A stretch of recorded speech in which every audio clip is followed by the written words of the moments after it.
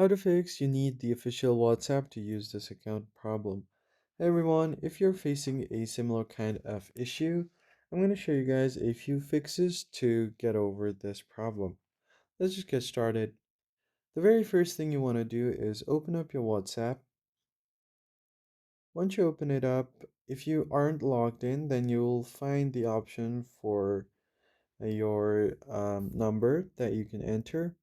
If you don't see that option, you need to find the help center. You can do that by tapping on the three dots at the top right, and then from there go to settings, or you can find help section directly over there on your login screen, and then find help and feedback. Once that is done, go to help center, and then tap on contact us. Now you can briefly explain to WhatsApp what is happening.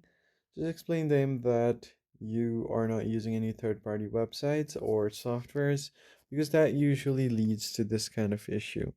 Just go ahead and make sure you have an option to just enter the problem that you are facing and tell them that you're not able to log in,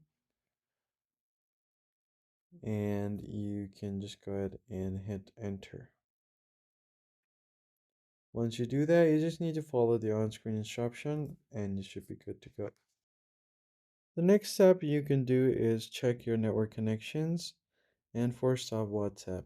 Long press on WhatsApp, tap on I button, and to force stop the app, you can find the force stop button down below.